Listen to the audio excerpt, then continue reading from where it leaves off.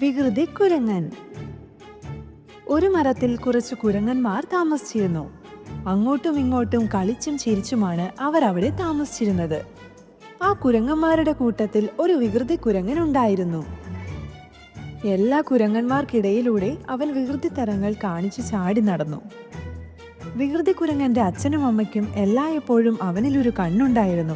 കാരണം കണ്ണു തെറ്റിയാൽ അവൻ ഓരോ വികൃതി തരങ്ങൾ കാണിച്ചുകൊണ്ടേയിരിക്കും.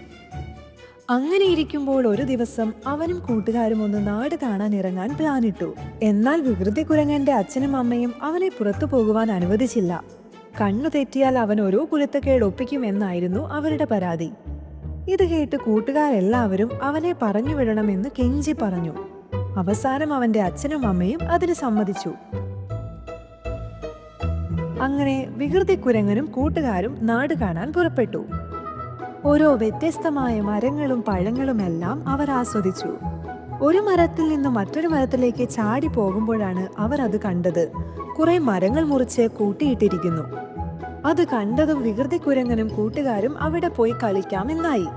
അങ്ങനെ എല്ലാവരും അവിടെ ചെന്ന് കളി തുടങ്ങി. ചാടി ചാടി നടക്കുമ്പോൾ പെട്ടെന്ന് വികൃതി കുരങ്ങൻ ഒരു സാധനം കണ്ടു.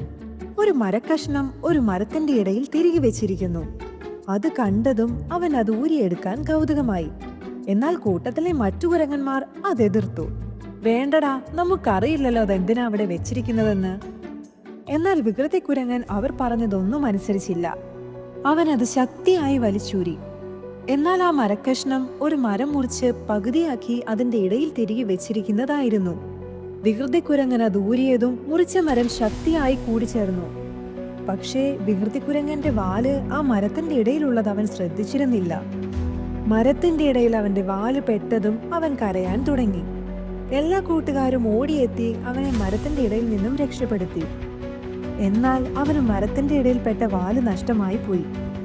ഇനി ഒരിക്കലും മറ്റു കുരങ്ങന്മാരെ പോലെ വാലിൽ തൂങ്ങി കിടക്കാൻ പറ്റില്ല എന്ന് ആലോചിച്ചപ്പോൾ അവന് വിഷമം സഹിക്കാൻ പറ്റിയില്ല.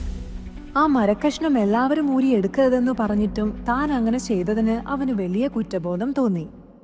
അച്ഛനും അമ്മയും കൂട്ടുകാരും എല്ലാം പറഞ്ഞതനുസരിച്ചിരുന്നെങ്കിൽ തനിക്ക് ഈ ഗതി വരില്ലായിരുന്നു എന്ന് ചിന്തിച്ച് അവർ വീട്ടിലേക്ക് പതിയെ തിരിച്ചുപോയി.